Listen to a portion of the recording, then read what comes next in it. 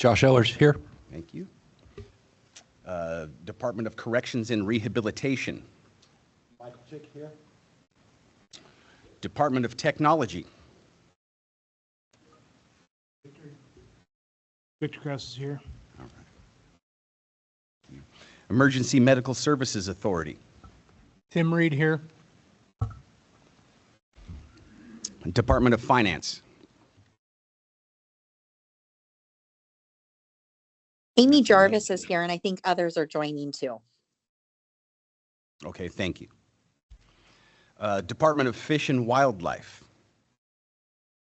Present. Good morning. Fish and Wildlife is here. John Chapman. Thank you.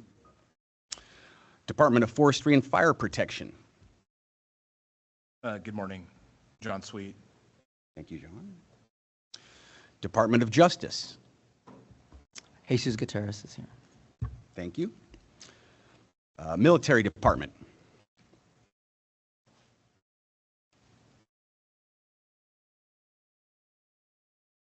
All right. Department of Public Health.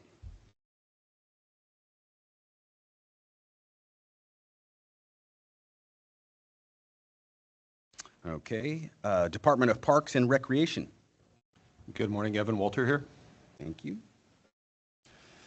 Department of Transportation. Ferdinand Milan is here. Thank you.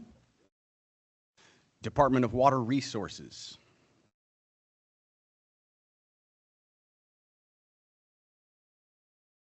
No. All right, I count 9 in attendance in person, and therefore I determine we do have a quorum. The meeting may proceed. I'll start with a couple of opening remarks just to set the stage for the proceedings. So emergencies never happen in silos. I think we all know that. We're well familiar with the way they don't obey or behave in terms of jurisdictions or even, the agencies that are meant to respond to them. And because of that, our communications has to also transcend those boundaries. And that, I think, is the main focus of having a body such as this put together so that we can operate together as a unit to plan for what the future may hold and come up with some type of strategic vision for how we ought to execute on communications within the state of California, knowing that. One of the examples recently of a way of transcending those barriers is the development of the California Radio Interoperable System, which we've been building here over the last 6 years. And I think that has helped us to create an opportunity where interoperability truly is achievable now with that statewide system and the availability of it to all of the frontline responders in the state of California. But that's just one example, and I think it illustrates the point that the efficient use of limited and shared resources is going to become more and more important as time goes on. We're going to need to find ways to work as a team to use those limited resources in ways that serve the needs of all Californians. And so with that in mind, it's that kind of forward-looking and strategic vision that this body exists to contemplate and chart out a course going forward. And so I look forward to your collaboration on that point as we have this meeting and on into the future. I think it's incumbent upon us all to be thinking in those terms. How do we create systems and opportunities for all of us as operators in the state of California to serve the people of California? So we'll move on to our first order of business then, which is the approval of the previous meeting minutes. The previous meeting was held May 14th of 2024. I trust you've all had an opportunity to review those meeting minutes, and so I'm looking for a motion at this point to vote on the acceptance of those minutes. All right, we have a first motion. Right, do I have a second? I'll second. All right, we have a second right here. And therefore, we'll move on to the voting portion. We're going to vote to accept them as they are currently written. And I'll go down the list. California Highway Patrol, how do you vote? In favor. All right. Department of Corrections and Rehabilitation. Right. Department of Technology. In favor. Emergency Medical Services Authority. In favor. Department of Fish and Wildlife. In favor. Right. Department of Forestry and Fire Protection. In favor. Department of Justice. Department of Parks and Recreation. In favor. And Department of Transportation. In favor. Right. With that, I count that we have a unanimous decision to pass the meeting minutes as currently written. Motion passes. We'll move on. All right. Next order of business is a public comment opportunity for matters that are presently on the agenda. If there are members of the public who would like to make a comment on the agenda items, now would be a great opportunity for that. Please, in the interest of everyone's time, keep your comments to 2 minutes each. And I'll look and see, do we have anybody online who has raised their hand and would like to make a comment on the agenda? And I'm seeing no, so we'll move into the room. Are there any members of the public in the room who would like to make a comment on the agenda items today? And seeing none, we will close out that agenda item. And we'll move on to our first update. This will be the legislative update. And the Cal OES Legislative Affairs will give us their input on current legislative items that they're tracking. Good morning. My name is Paul McGinnis. I'm a legislative coordinator at Cal OES. I'm just going to briefly give the committee a few legislative calendar dates to keep in mind in the next couple months, and then go through just a list of bills that we've identified that may be of interest to the committee. It's 5 state bills and 4 federal. So the next deadline for the legislature to pass all fiscal bills out of fiscal committee is August 29th. And September 12th is the last day for the legislature to pass all bills, and they will adjourn after that date. Then the governor has until October 12th to act on all bills that are put on his desk. So those are a few key dates we're looking at coming forward here pretty quickly towards the end of session. So I'll get into the state bills that we've identified here. The first is AB 330 by Assemblymember Rogers.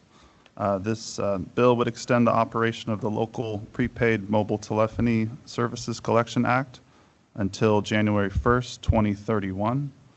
That bill's on third reading.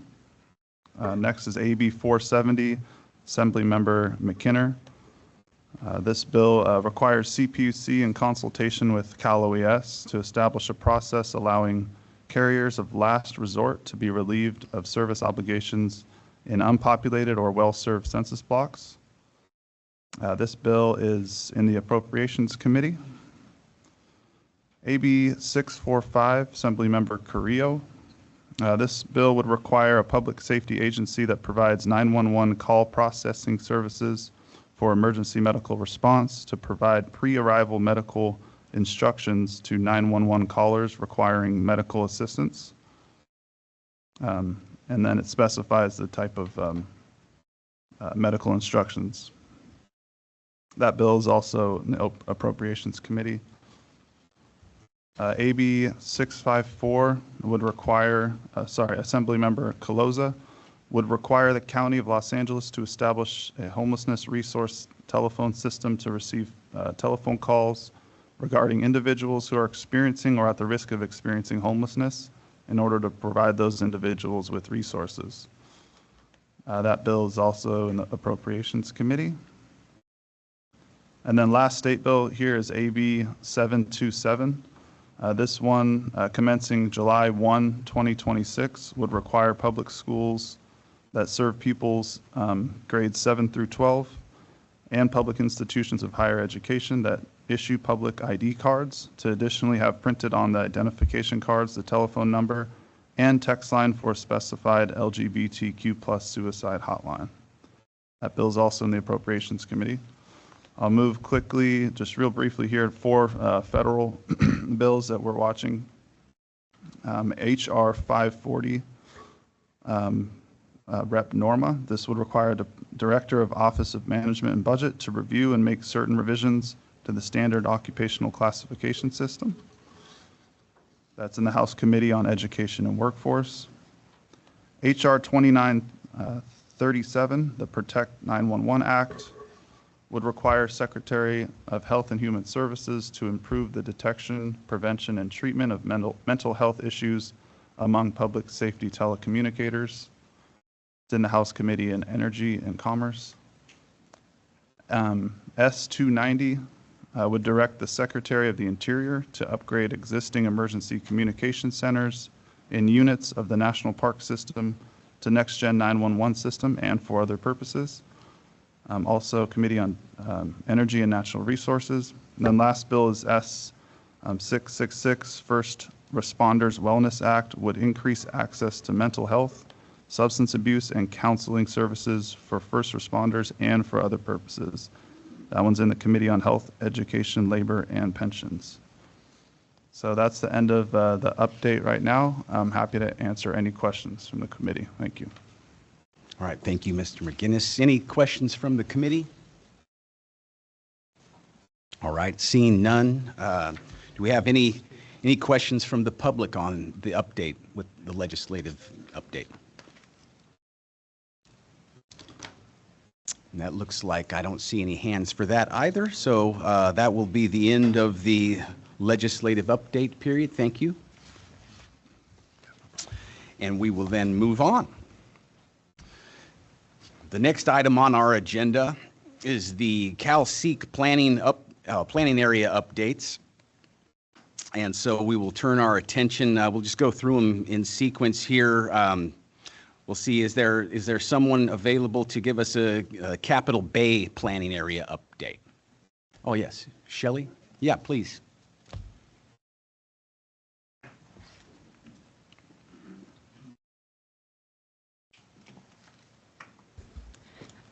Good morning, everybody. Shelley McMahon with Emergency Communications Division, reporting on behalf of Amanda Seacrest, who couldn't be with us today. The planning area updates that we have for Capitol Bay planning area is we have a new chair. His name is Simon Williams. He's with the City of San Francisco. He's taken over from Andy Smith. We are also actively planning for a World Cup and Super Bowl 60. We have a communications exercise that we are planning to happen in hybrid format on September 3rd. If anybody is interested in that, I can send that meeting invitation on over. We are also for going on to Northern Planning Area update. I do not have any updates for that. Neither do I have any updates provided for Central Planning Area. For Southern Planning Area, we're also actively planning World Cup and Olympic communication working groups. We have an in-person meeting also on September 3rd for the Strategic Comms Working Group.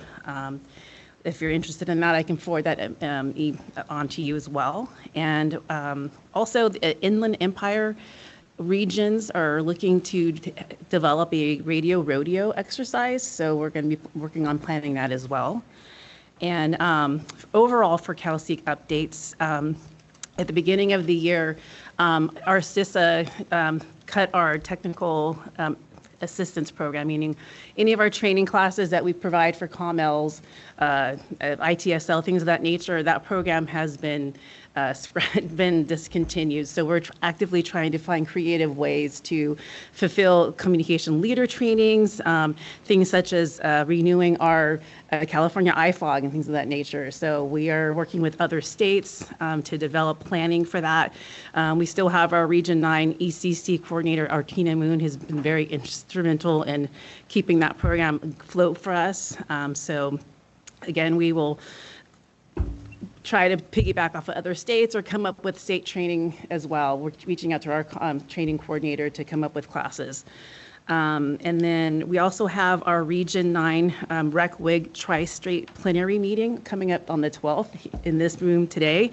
If you're interested in being part of that, we'll be discussing all of our communications working group planning exercises for all the tri-state, which is also Arizona and Nevada and California. And that's all I have right now. All right, thank you for that update. Are there any questions or comments from the committee members on the update? I have a question. Who's involved in the planning for the Super Bowl and World Cup? And what agencies? Is it mostly local or state? We have Callaway-S. I can get a list of folks that are on those working groups, but primarily Santa Clara, San Francisco County, Callaway-S, and other state agency partners and stakeholders. So I can get that to you if you'd like to be a part of that. Yeah, thank you, Shelley. Yes.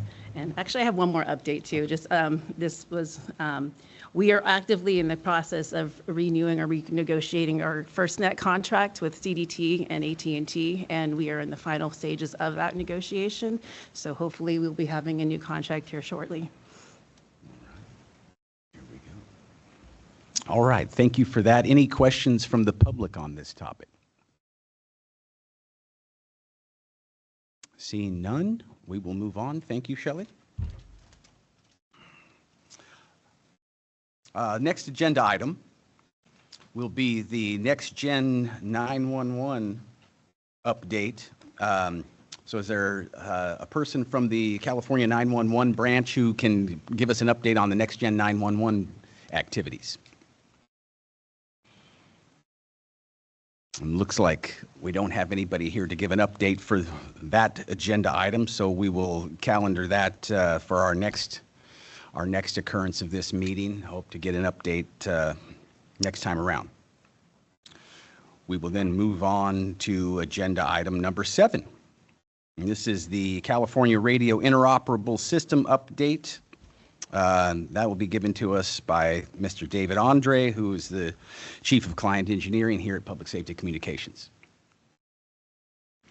Thank you for the introduction. Good morning, everyone. Chris is currently deployed as a dual band, dual mode interoperable system. It's designed for outdoor mobile coverage. We're in the process of moving the system more towards a dual band pure TDMA system that's geared towards operability instead of interoperability only, with support for portable and in-building LTE coverage. Currently, we have 69 sites online. That means in wide area trunking, backhauled, and connected to our cores. We had 15 sites turned up in fiscal year 2024 to 2025, and the majority of those were VHF sites. So they're predominantly rural sites, mostly Northern California. We're anticipating an additional 12 to 15 sites online by the end of this fiscal year. We've established P25 dispatch solutions at PNR Norcom, CERCOM, and CHP SAC TMC. Not on the slide is Stockton, Chico, and LA have also been deployed. We're currently working on site installations in partnership with Mono County and Nevada County. And we're planning on ending support for TDMA. We're going to phase it out by July 1st, 2027. And we're no longer allowing new dynamic dual mode talk groups. New talk groups will need to be pure TDMA. That's it for my update. All right, any questions on the Chris update from the committee members? Seeing none, are there any questions or comments from the public on this update? And I see none from that quarter as well, so we'll thank Mr. Andre for his update and move on to the next item.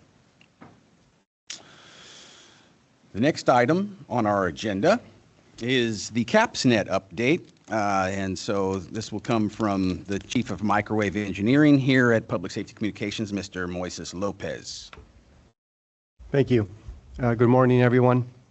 So for CAPSNet, as you all know, we've been working on the upgrade of the California Public Safety Network, the microwave system, for the last 7 years, started in 2018. We're currently at 90% completion of that upgrade, so roughly 253 sites.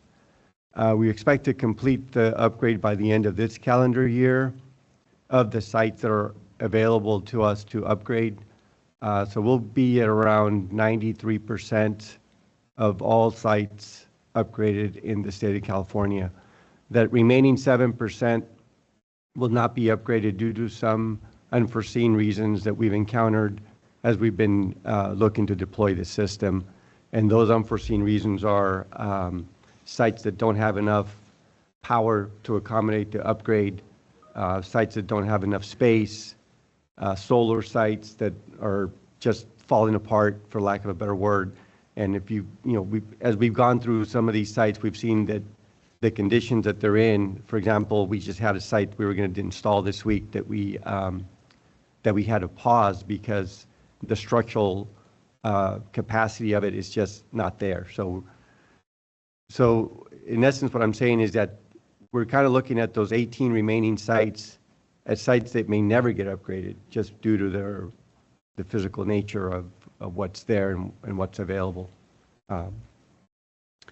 One of the things we're looking at doing after the upgrade is migrating all the circuits that are currently on existing microwave, and that's, as David was talking about, we have a lot of analog circuits and TDM circuits that we're looking at.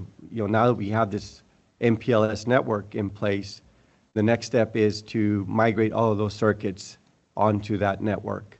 And that's going to be probably a 5-year effort, just by nature of having to deploy field techs to those sites, moving those circuits over from where they are now to MPLS. And as you all know, with what we deal with every year, natural disasters, fires, and staff availability, that's where that 5-year timeline comes in. Once we have that MPLS network, we have it now, but once we have all the circuits migrated, we're looking to support CRIS as they continue their build out. The California Earthquake Early Warning System is currently supported on the microwave system for MPLS. And then as we migrate into the next gen 911, whatever design that will be, microwave will be providing a tertiary backhaul, in some cases when needed, a secondary in those hard to reach locations backhaul.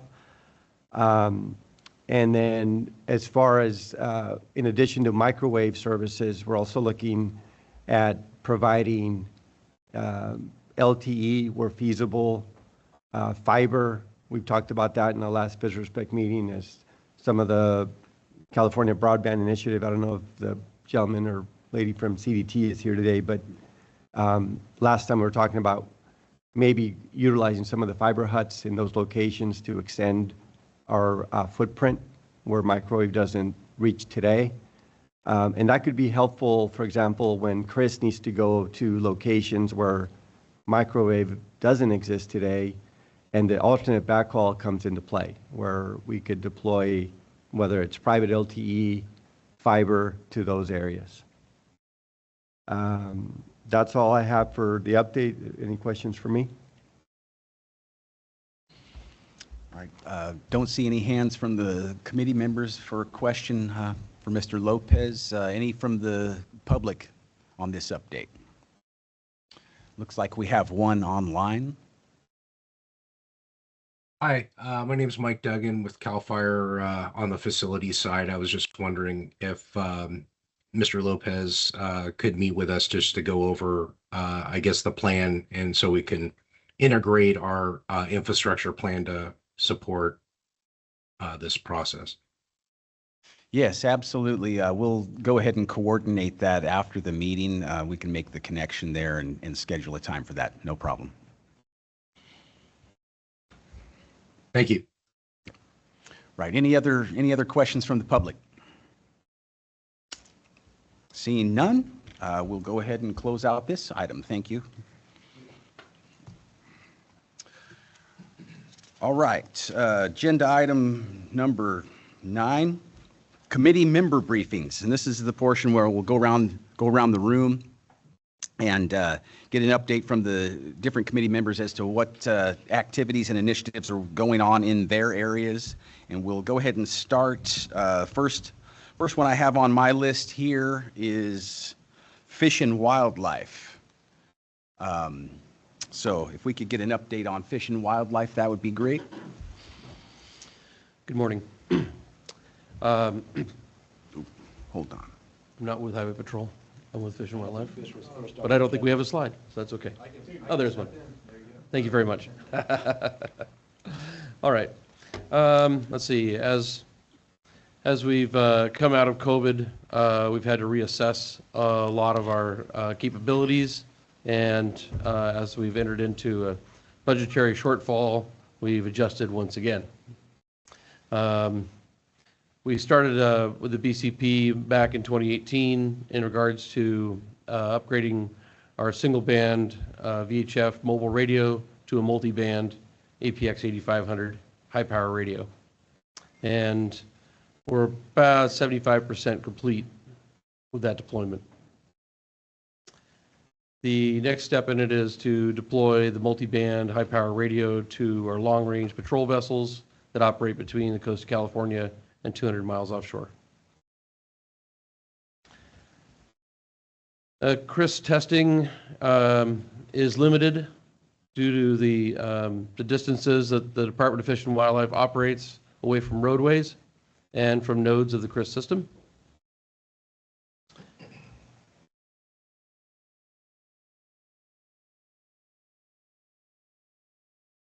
And as far as encryption is concerned, we're utilizing an AES 256 encryption, and we're going to be expanding our capabilities for doing over-the-air rekeying. Thank you very much. Yeah. Right. All right. Any questions for the Fish and Wildlife update? Right. How about from the public? Any questions from the public on Fish and Wildlife update? Seeing none, we will then go back to the slide that was up first there with the California Highway Patrol update. All right. Good morning, everybody. You had one slide. I can't say that I only have one. So I'll try to be brief and to the point. But regarding CRIS, and I think working together, I wanted to compliment Steve. We have a new executive staff at Information Management Division at CHP, and we are rolling full force with the CRIS deployment, amongst other things, and we've been working intimately with PSC, and we've really made a lot of progress, I think, in the last 7 months, and so hats off to PSC, and we've got a lot more work to do, but we're happy with the progress. In Q3 of 2025, we anticipate that we'll be deploying to 2 additional CHP comm centers, 5 additional CHP offices, as well as moving to a variety of different divisions. Southern Division, which is LA County, as well as parts of our Central Division. These are partial CRIS deployments. We have CRIS and Valley Division, which is the greater Sacramento region, which stretches from Lake Tahoe west to Woodland north to Chico, and we'll be moving into the southern portion of that division down to Tracy later this year. We currently don't have any related BCPs online, but we're anticipating perhaps drafting some more relative to CRIS and some of the equipment needed for our department.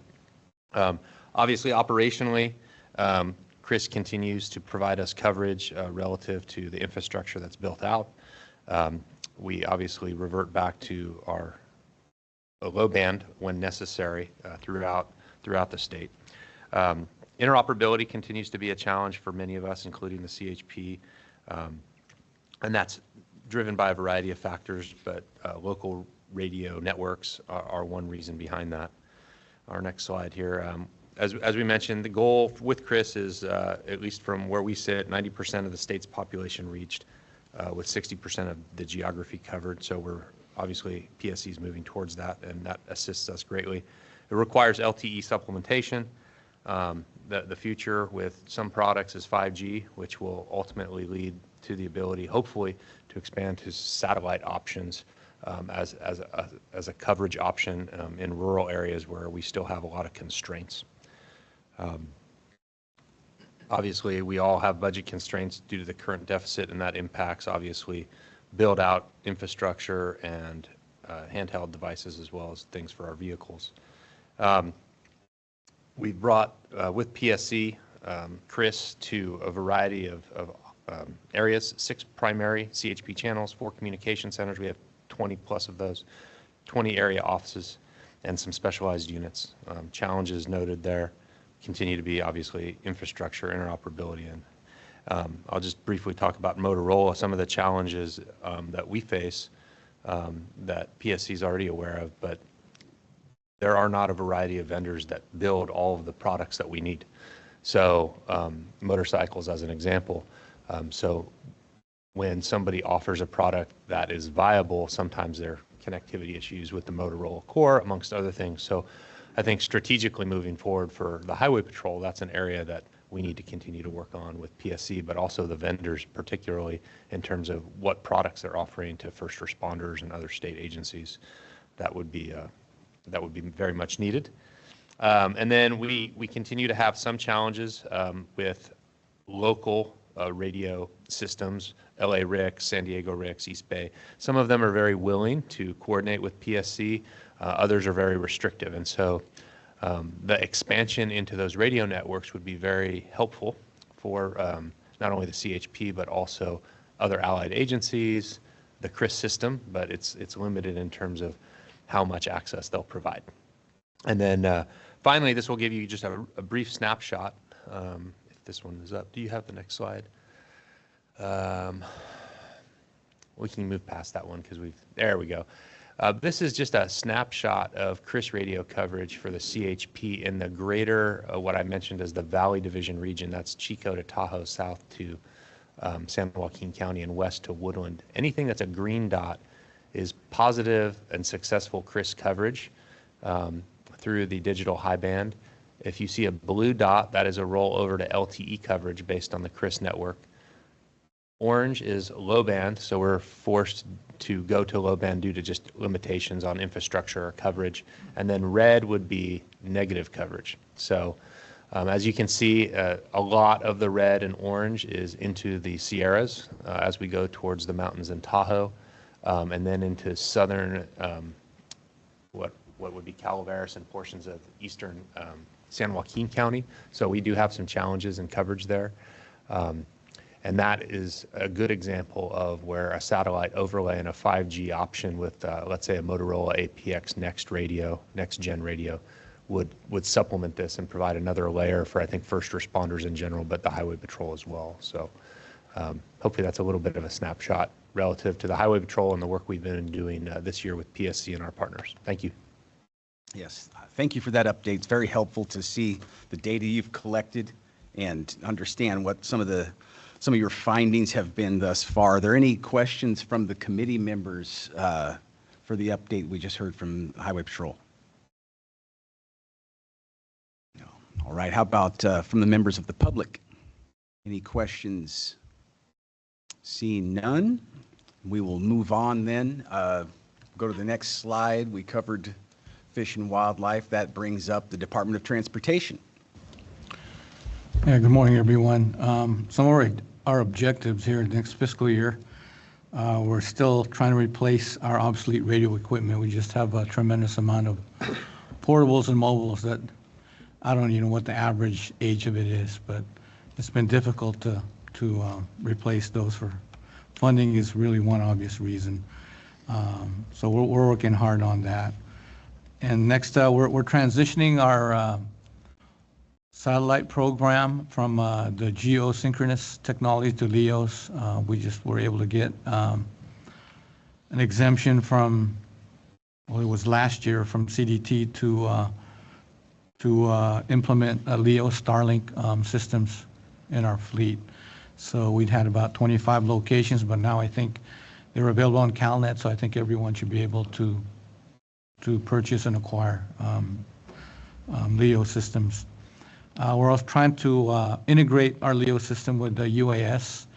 It really helps our reconnaissance review of incidents, especially minimizing the exposure of our field crews to traffic. That's really a big win for us using UAS. You don't have to scale the hills or look for avalanche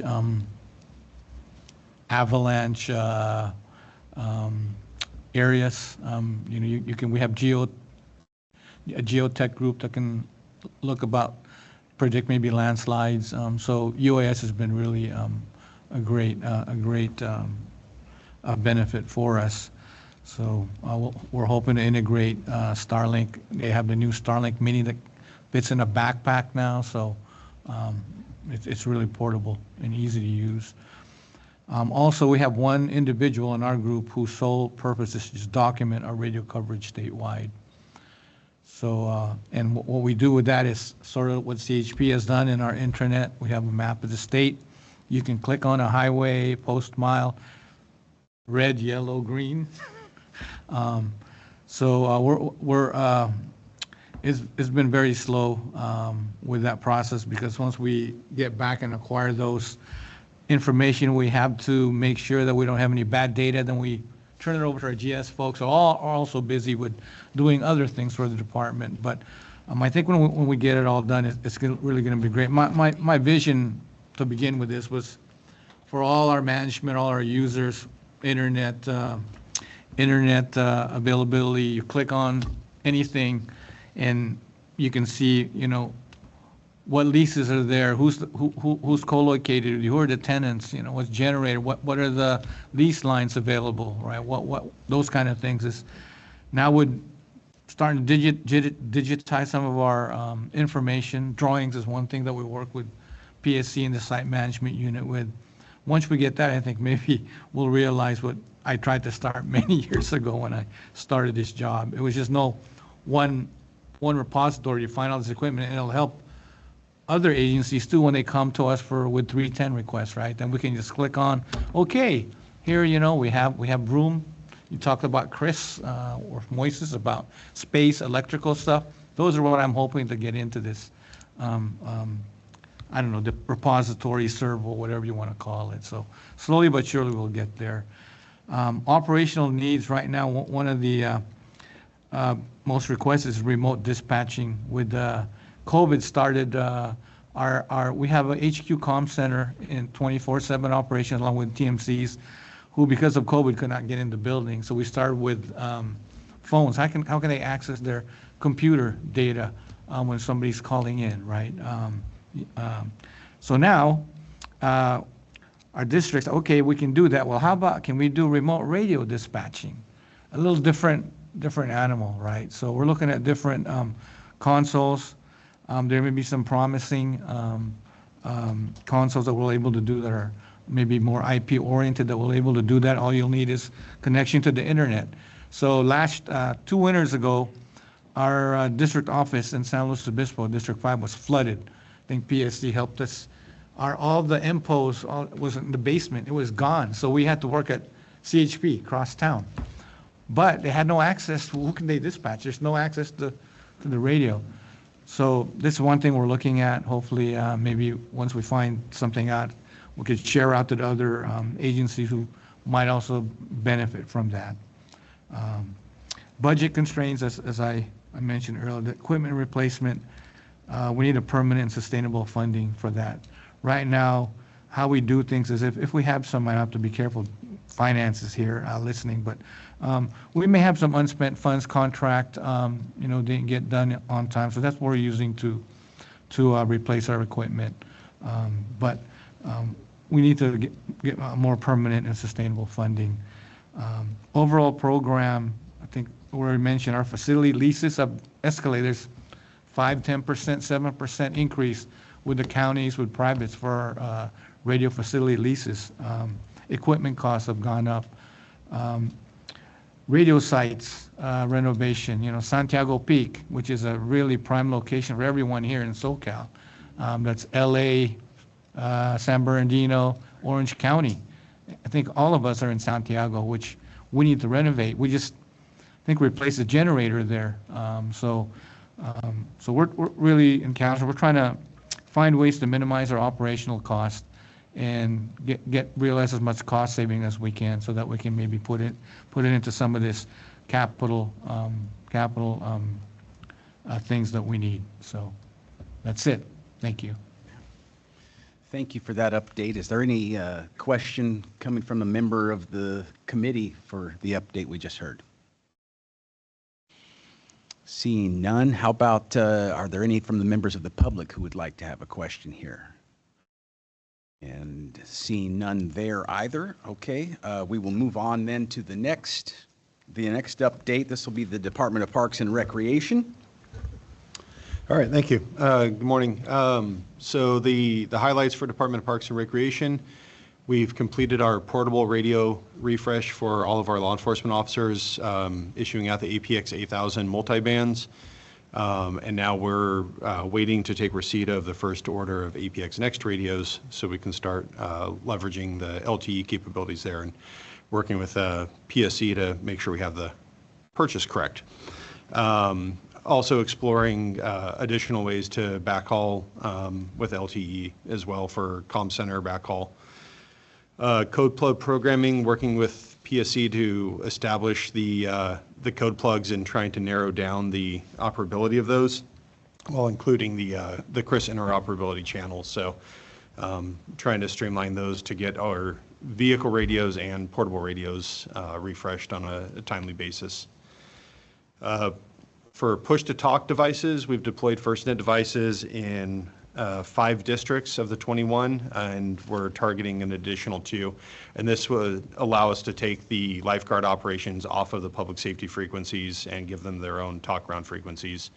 Then being able to get onto a LTE or LMR backhaul back to the comm center for additional resources as needed. CRIS has been deployed in 3 districts, 1 in NORCOM area and then 2 in SURCOM area, which is Southern California, and continuing to explore expanding the CRIS coverage in areas more so in the Sacramento Valley area. Not necessarily radio related, but one of our large obstacles that we've been dealing with is the PSC contract for vehicle outfitting and trying to get our vehicles outfitted in a timely manner so we can get them out to the field. Having vehicles sit there waiting for shop install space, and it's been causing delays for the telecom unit.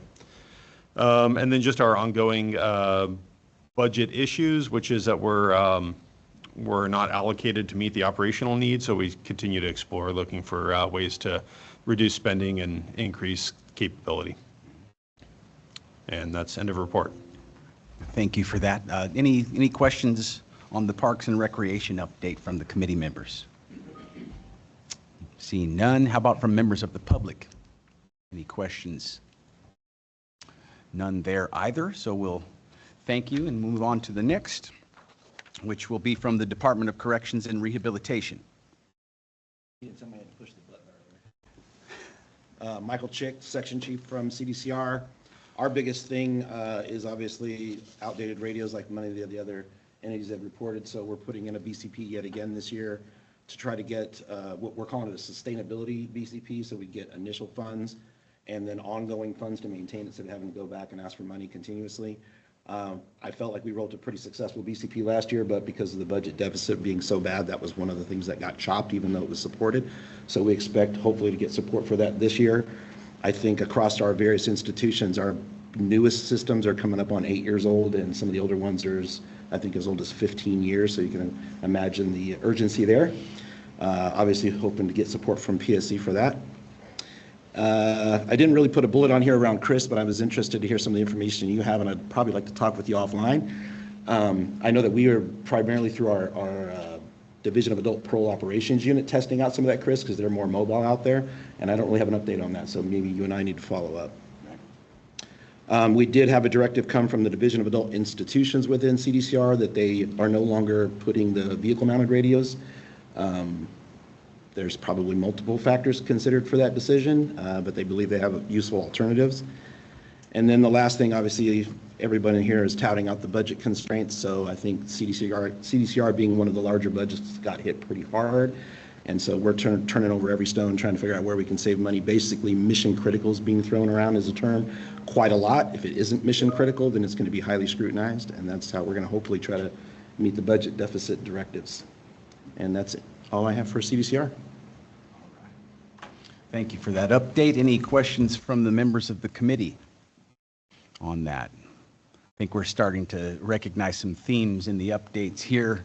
One of the points I think I'll make pertaining to that is, as these BCPs are moving forward, obviously, you know, we review those and offer our input from the technical expertise on that. And one of the things that we're looking for when we do review these is that we want to see, are there ways of creating efficiencies or leveraging shared systems that will help reduce the individual request and make it more of something that has been already provisioned on a statewide level. And so we view that in terms of, are you using the CRIS system in places where it makes sense? And I know, you know, a lot of you have operational areas where it would make sense. And so when you're contemplating your BCPs, think about that and the equipment you're requesting. If you're making that interoperable with the CRIS system, that's going to create some leverage that will, you know, eventually, if not immediately, eventually will end up saving some costs. So we're leveraging those shared systems. It makes it easier for us to say yes and make a recommendation and move forward when we see that you're leveraging all of the systems that we've deployed and in ways that are economically efficient. So thank you for that.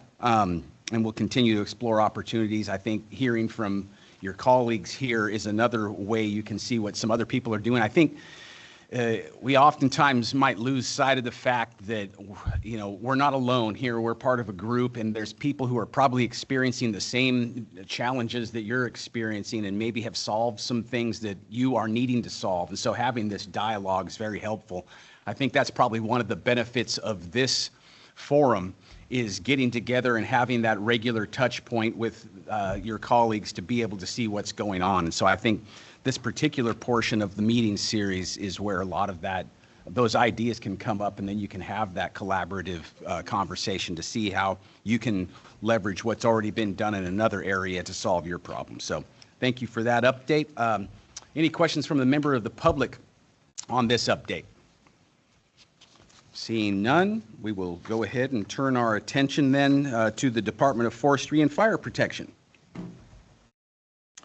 All right, good morning. I'll share an update for CAL FIRE's testing and implementation of interoperable radio systems. I think I'll just kind of say this, you know, our use so far is pretty limited. We have a pretty limited use case. I'll share more about that here in a moment. It has to do more with our law enforcement. We're actively planning to install Motorola Consulate base stations at air attack and hell attack bases, fire centers, and our conservation camps. We're also creating 4 statewide encrypted talk groups carrying aircraft dispatch audio integrated across MPLS. This is a proof of concept leveraging CRIS to carry the audio traffic that's, in this case, not limited to geography, where traditionally this has been. Also testing with a number of all-band handheld radios so that they can have access to that audio throughout the state. In addition to implementing the use of Motorola APX radios, as I just kind of mentioned, we're talking less than 200 for 200 people across the state. So far, a pretty limited use case. We're also preparing to test BKR 9000s, where, right, the potential might be, instead of the law enforcement use case where we have it more for, we have interoperability more on a statewide organizational wildland firefighting application. That's all I have to share today, unless I have any questions. Any questions from the committee? Seeing none. Any questions from the public? None there either, so thank you. And we will move on to the next slide, Emergency Medical Services Authority. Good morning, everyone. Tim Reed. I'm the chief of the DMS division at EMSA, who oversees all the disaster response.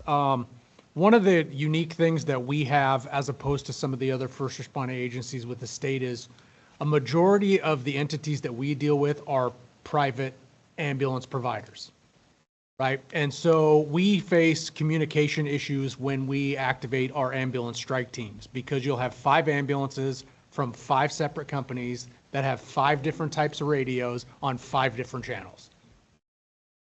And so what we did was a few years ago, we put in a BCP for some APX radios. And thank you to the people at PSC. We got them, finally got them programmed, and we've deployed them out to the regions. And so now we have caches of 24 radios in each one of the 6 regions, so that when we face one of these problems, our regional representatives can now meet up with the ambulance strike teams, and now each one of these units and the strike team leader can now all be on the same radio system.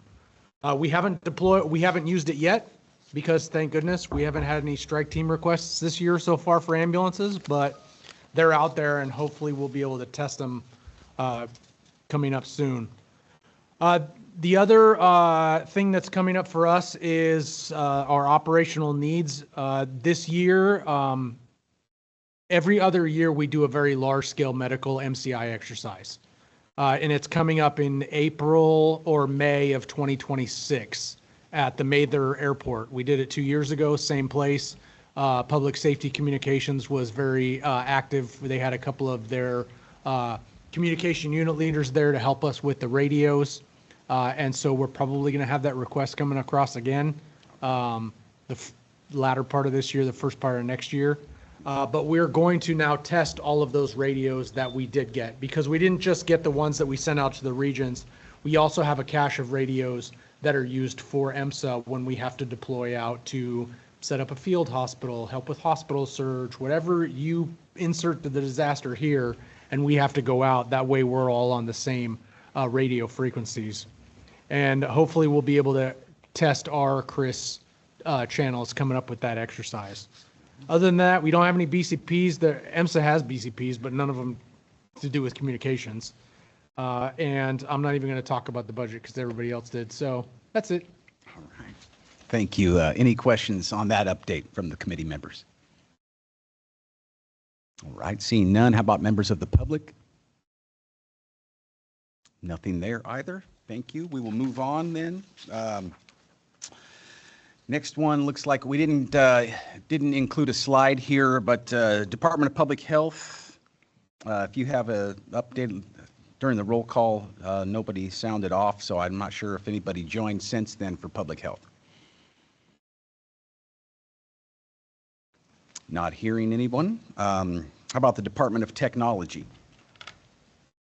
Actually, I did not have a slide, and I've been warming to my heart to see that Starlink and LEO satellites are being used across the state. So I know the CAL FIRE use case and the Caltrans use case, as well as emerging medical services. So I'm actually the person behind the signature granting those exemptions. And if I can help your agencies anywhere, there's some great mobile opportunities for very, very hard to reach areas. So yeah, reach out to me or contact CDT, and those are on contract. AT&T is bringing out another LEO service, so it's not just a one-trick pony here soon. Right.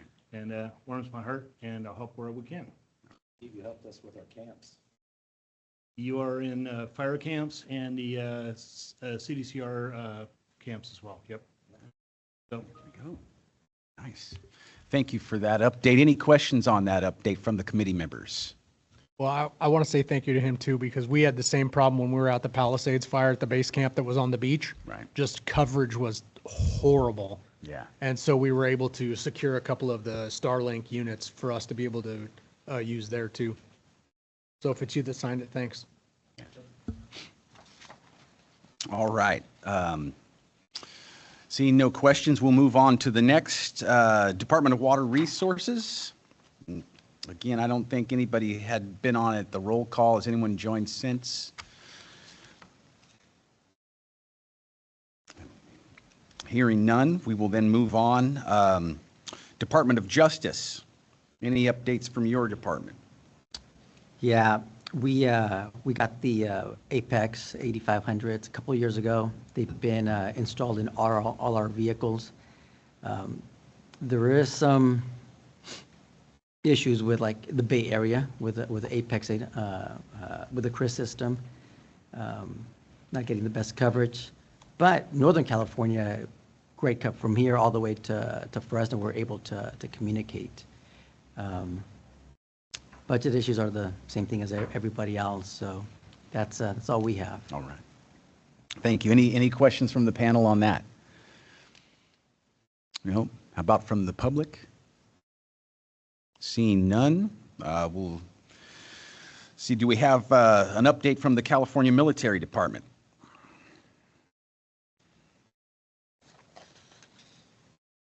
Right. No update there. And then how about the Department of Finance? Any update from the Department of Finance? This is Amy Jarvis. I do appreciate that everybody within state government is aware and tracking our budget deficit. So thank you very much. I appreciate it, but recognize that operable public safety equipment is important and necessary. Yes. That's it. Thank you for that. Any questions from the panel on that? Any questions from the public? All right. We'll move on to our next agenda item. And this will be the fiscal year 24-25. It says that, but I think it really needs to be 25-26. Fiscal year 25-26 billing rates for public safety communications here. As you're all aware, we obviously are a fee-for-service agency. That means we have to collect revenue for our services throughout the year to make our budget work. And so we publish rates at the beginning of every fiscal year. We also give an advance warning of what those rates are before sometime around January every year. We issue sort of a preliminary number, and then at the beginning of the fiscal year, we issue the finalized number. And so in keeping with the trend over the last handful of years, what we've done with our hourly rates is move them up by about 5%. And so the engineering hourly rate, the project services hourly rate, and the technicians out in the field, the hourly rate goes up about 5% this year. And so all of those together, it ends up being, it's roughly around $200 an hour. And so they've gone up by about $10 an hour this year. And then, of course, all of our other lines of businesses are predicated on the individual client agency's use, whether it be microwave services or annual maintenance services. Those are all on a case-by-case basis, depending on your usage and so forth. And so the main thing is just understanding that the budget pressure that happens at the state level general fund is, impacting your budgets. And then we also are looking at how do we make ends meet here. And that's one of the ways we do that is by calculating that rate, understanding that without customers, we have a hard time making ends meet. And so the pressure that you're feeling is also the pressure that we're feeling. So any questions on the rate update at this point from the committee members? Steve, I just had a question, and we don't have to get into the details. I know that CDCR has expressed concern, I would say, around the billing, especially the annual billing, and the lack of the details as to the services that were provided that result in that revolving average. Right. You and I spoke about this briefly. Has there been any movement in upgrading the systems to allow for more detailed accounting and bookkeeping for the various departments? So, yeah. I don't believe that there has been a mass update that's been happening in terms of like redeveloping within the application. None of that's going on. But working within what is presently available and running reports out of our system, collecting in data elements within the system that currently exist, getting better data in there has been starting to happen. Understanding that, having a general classification for work that we're doing hasn't been meeting your expectations, and I'm sure other members of the panel would like to have a little more granularity into the detail of what we're doing. And so that's sort of been an initiative we've undertaken here by having our teams update with more narrative detail when they do make an entry in terms of the number of hours. And so as that happens, then we should be able to say with more clarity that we were working on this piece of equipment for this reason. So Obviously, we can't go back and backfill all of that information, but as time goes on, more and more of that fresh data should be being input into the system we have, which should then inform the questions that you've been asking, and I'm sure other people are also interested in. So it's more of a practice change than a system change, if that makes sense. Okay. All right. Any other questions on that topic? Comment?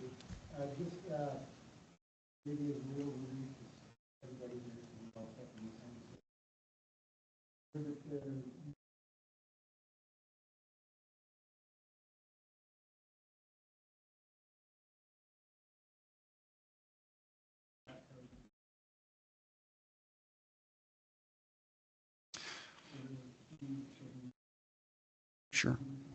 Yeah. So, yeah. And what's being referenced here is, you know, when developing a programming file and doing the work to develop the programming file and then actually do the programming work itself, all of that has been done on an hourly basis.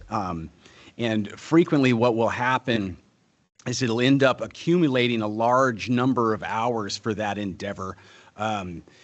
Principally due to some inefficiencies with gathering business requirements and being able to matriculate those into the programming load. And so the challenge that I've taken on here is to find a way to collect all of the data that we have from the years of doing this job, and see if we can't find some ways to look at coming up with, instead of just having, the clock running on hourly rates, if we can say this job generally takes this amount of time. We've done it 1,000 times before, and over those 1,000 iterations we've noticed that the arithmetic mean ends up coming to somewhere around 17 hours. And so rather than doing a custom quote for each individual programming job, if we can come up with, here's what a programming job generally takes, and understanding that sometimes it'll take more hours than that and sometimes it'll take less hours than that. We can say it doesn't have to be 100% accurate on every single job, as long as in the aggregate it is accurate. And so that's kind of where we're coming from, is using the data that we've been collecting over the years to come up with a way of saying this job should take this amount of time, and over enough iterations, it will take that amount of time. So we don't need to charge somebody 50 hours for a job that normally takes 20. We could just say, we're going to charge 20 hours for all of them, knowing that some of them will be slightly less and some of them will be slightly more. So that's what we're looking to do, is see if there's an opportunity there to make it a little bit more predictable for the client, so that they don't end up being surprised in a negative way as the project unfolds. And I think in a lot of cases, what we're hearing is that certainty in the price is more valuable in a lot of ways. And so if we can come up with, a flat rate or a way of doing that that does provide you certainty as to what you will be charged, then you find that valuable, and we're looking for opportunities there. So I think what you should be seeing coming soon is a limited test run of that concept, and then to the extent that that goes well or can be tweaked to be a little bit more where it needs to be, then we can shift over and be able to, at the beginning, instead of, like I said, going through line by line with a custom quote, we can tell you, here's the price for that. So that's where it's going.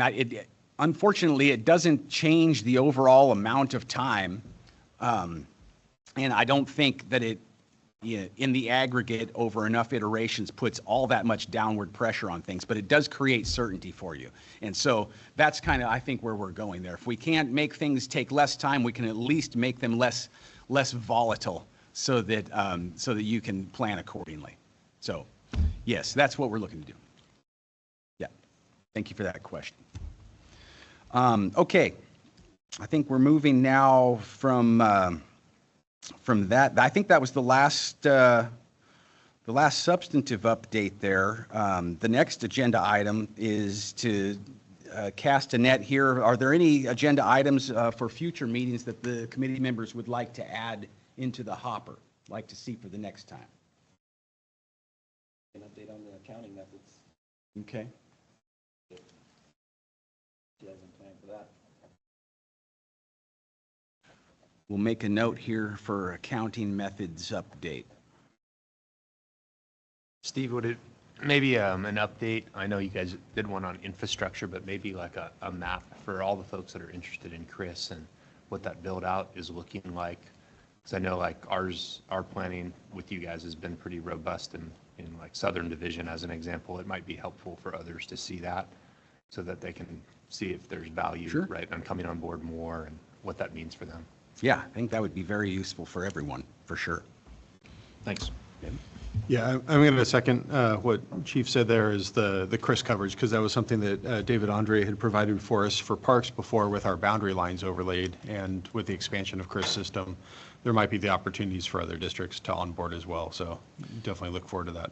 Yeah, so, I mean, you brought up an interesting sub point there about your boundaries of your operating areas. And so would it be useful to see the individual operational areas overlaid?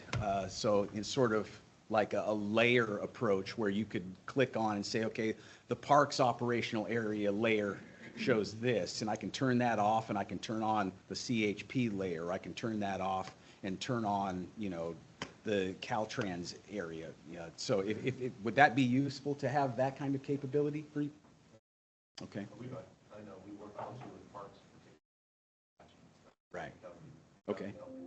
One thing I didn't mention, and maybe discuss this at the next meeting, we've got a ton of radio. Wonder what that looks like in terms of X number of hours. Right. Especially our nuance. Right. In some of these problem areas that we're building now. We can have another meeting. Yeah. But it seems like there's another opportunity there. Sure. With some of the challenges with the budget and how long it takes to get a site up. Right. Is there a way to piggyback on some of our stuff? A broader network. Yeah, I think that's a great point, and I think it also kind of ties into the slide that you had showed where you had little colored icons showing where you had good CRIS coverage, where you had to roll over to LTE, and where you had low band or none. And I think, Ferdinand, you were talking about collecting data on signal that you were getting. And so those types of things where we can collect that data from many sources, and that'll help us sort of focus in on where is the best bang for our investment dollar going to go. And then using the facilities that you're describing, if there's a facility amongst the members here that can be leveraged for that, for the benefit of everybody, that's how we make these strategic, efficient decisions. And so I think that's exactly the kind of dialogue that we should be having here. So thank you for that point. Definitely pull us into that conversation because we got towers all over the place too. Right. Yeah. There we go. Okay. So any other items before we move on from this one? Steve, Yeah. has there been talks about, at least for us, all our vehicles, the build-outs are done in Sacramento. Any talk about potentially having them built out like in SoCal or Central, because we have all the vehicles come to us. Right. And, you know, they all go through you guys here in Sacramento. So is there, I know, it seems like that's the only place that they do the build-out? Yeah, so the mobile install contract that we're currently in is coming up for renewal. And as part of that renewal process, we'll be looking at, are there other centers of, you know, where the build-outs can be done rather than just here? I know, you know, there have been instances where our main contract vendor has facilities that are, sometimes they're up in Reno, Nevada, sometimes they're up in, I think, Medford, Oregon, where they have capacity. that it, if the capacity that's local is being used up and fully saturated, they have sort of reach back points where they can go to one of those places to get additional capacity. I've asked them about capacity points that they might have in Fresno or in Southern California that would be able to add to that, so that we're not having to transship vehicles across the state. They can just be, delivery is taken somewhere, down south, and installation is happening down south, and we save all that back and forth mileage on the highway just for that. So yes, it's an excellent point, and it will be addressed in our upcoming contract renewal with our vendor. So thank you for that.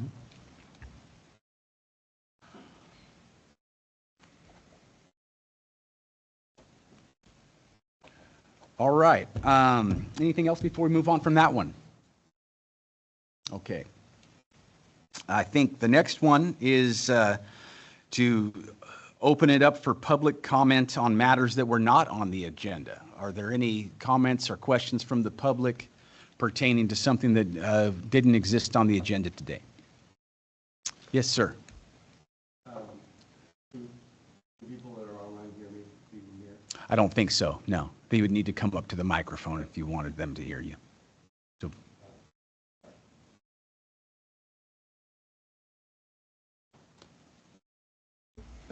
Moises Lopez, again.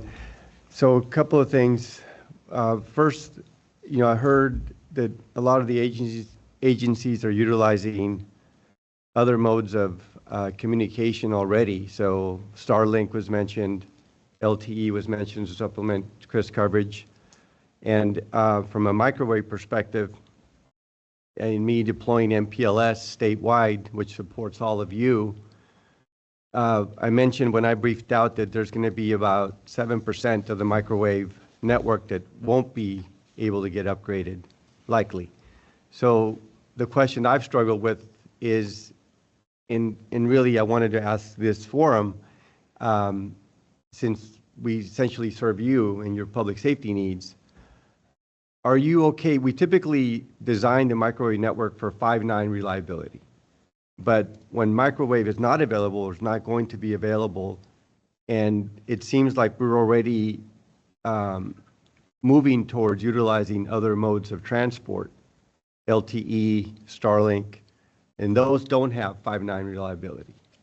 So to the extent I wanted to ask this question of this group is, would you be okay in concept if the statewide microwave network then, in order to provide MPLS 100% to complete that 100%, would you be okay with us looking at some of those other modes of transport, satellite, LTE, to get to that 100% MPLS completion, knowing that that 7% of the microwave network won't be 5.9 reliable? And I don't know if that's a question they want to answer, but maybe you, Chair, can table that. Well, it's definitely something we should all be thinking about, and I think just by way of expanding a little bit on your point is, I think we've heard, recently about instances where, Starlink globally went offline for a period of time, and so as you're contemplating the alternative modes of transport or communications capabilities, keep in mind that one of the factors we designed for is what we loosely term as public safety grade, and that has these implications that Moises was talking about, where the reliability and the ruggedness is high availability, high fault tolerance. And so if you're planning on switching over to LTE or low Earth orbit satellite, how much of that risk are you wanting? Do you have an appetite for knowing that it doesn't have the same high availability that we traditionally design for? And so as you're thinking that through and responding to the question, keep that part in mind. So I hope that sort of clears it up a little more. And with that, we'll open it up to comments from the panel. We'd be in favor of it. I think just exploring the options. Right. I mean, we have these, I'll use the Big Sur Coast, South Monterey County as an example. That's an area of great challenge. We met with FirstNet yesterday, and in fact, they're asking for public agency support to the FirstNet Authority to support the build out of infrastructure there. But that is such a slow go, and we have so many pockets where we have people from different emergency first responder agencies that come upon something, need help, and there's zero out there, right? So whatever we can do to augment that. And then I wonder, they presented some technology, most of which you guys have seen or familiar with, but I wonder if there's an opportunity either for maybe for PSC to support some of these mobile products that they have that could be deployed to different agencies in these small areas where we're so challenged. So that park ranger, that one CHP officer that's out there, or somebody else, or they've got some redundancy beyond, because it's going to be a while, I think, before the infrastructure really is suitable for regular ops. So just a thought. Yeah. But so I think we'd support that. I think we're already there anyway, because some cases where the microwave is not in your location and you have to do a lease line to where the microwave is, you're already below the 5.9. So we've been doing that for years. So, and sometimes that's the only option we have. So it's better to have something than nothing. So yes, yeah. Yeah, I think that's an interesting comment, the last part there. Something is better than nothing. And if you can't have 5 nines of reliability, but you can have capabilities where you wouldn't previously, then that's of value to you out there. And I think when we do that, you just have to set your customers' expectations correctly. You know, you be transparent. This is not like your normal microwave. I mean, I think as long as your customers know the expectations, I think they should, and they acknowledge and operate in those terms, and it should be okay. I would be. Right. Yeah, valid points. Yeah, State Parks would be fully supportive of exploring the options as well. We've been in similar situations where we lose access to the statewide microwave system, and exploring LTE backhaul with, PSC's assistance so far. So again, echoing that something is better than nothing. Yeah, okay. Right. Any other comments from the panel on that point? No. Okay. Thank you for that question, Moises. That's helpful. You're welcome. And I had one other comment. Just, sorry.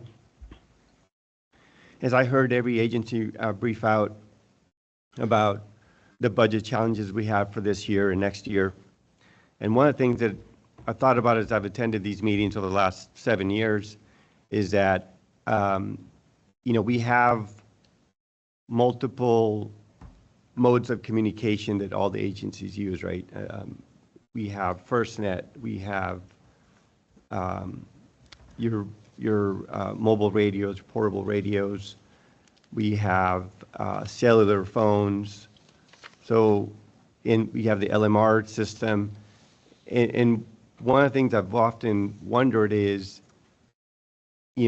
we really don't have a way, or we should have a way of layering all of the systems combined to figure out what gaps we have and really what needs we have that we can, where we have overlap that we may not necessarily need those systems especially in a, not just because we're in a budget constrained 2 years, but essentially because it makes sense over the long haul to only have the communications that you really need. And maybe, the question hasn't been asked, do we need these other systems today, right? Or in the future? And I think there's opportunities there for efficiencies going forward, and we talk about that all the time, but I think doing a deep dive analysis on that is and maybe every agency does it individually, but if this group is looking at a statewide strategic look ahead, it might be something worthwhile to consider. That's all. Yeah, thank you for that comment. And I think, when we talk about being efficient in dollar terms, it usually comes up in dollar terms. but there's also technological terms, which I think is kind of where the intent of your question is coming from, is radio spectrum is also a limited amount of spectrum that we have available. And so being efficient with the use of that radio spectrum rather than, giving everybody their own slice of spectrum, we can sort of leverage these newer technologies in ways that would be helpful and get more coverage for our limited radio spectrum budget. So excellent point. I think it's more food for thought for everybody as you're coming up with, what your use cases are and what your needs are, thinking in those terms and how we can be efficient even outside of dollar terms. So thank you for that. Any comments from the panel before we adjourn? Just FirstNet has been mentioned many times during this meeting, so tomorrow we're having a FirstNet user group meeting at the Caltrans HQ. I think CHP will be there, CDCR. So for those of you who have not responded, we still have space. That's Caltrans headquarters. I think Shelley will be there from your group. So if you're interested, I think the first in the morning session is just, it's a feedback, the good, the bad, and the ugly. AT&T will be there, FirstNet will be there. Share what you've experienced with FirstNet, how to improve. The afternoon session, this is the first time we're doing, is FirstNet Nationwide is doing a coverage enhancement workshop. And I think in the invitation, there was a survey that asked where might be our coverage. You mentioned Big Sur. So you were supposed to identify for your agency where the coverage gaps are, and that's what they'll talk about in the afternoon. So it starts at 8 o'clock, Caltrans headquarters. Hope to see you there. Thank you. Yeah, thank you for that. All right. There's no other comments, and I think we can adjourn the meeting. Don't have a gavel or something? No. This meeting is adjourned. Thank you.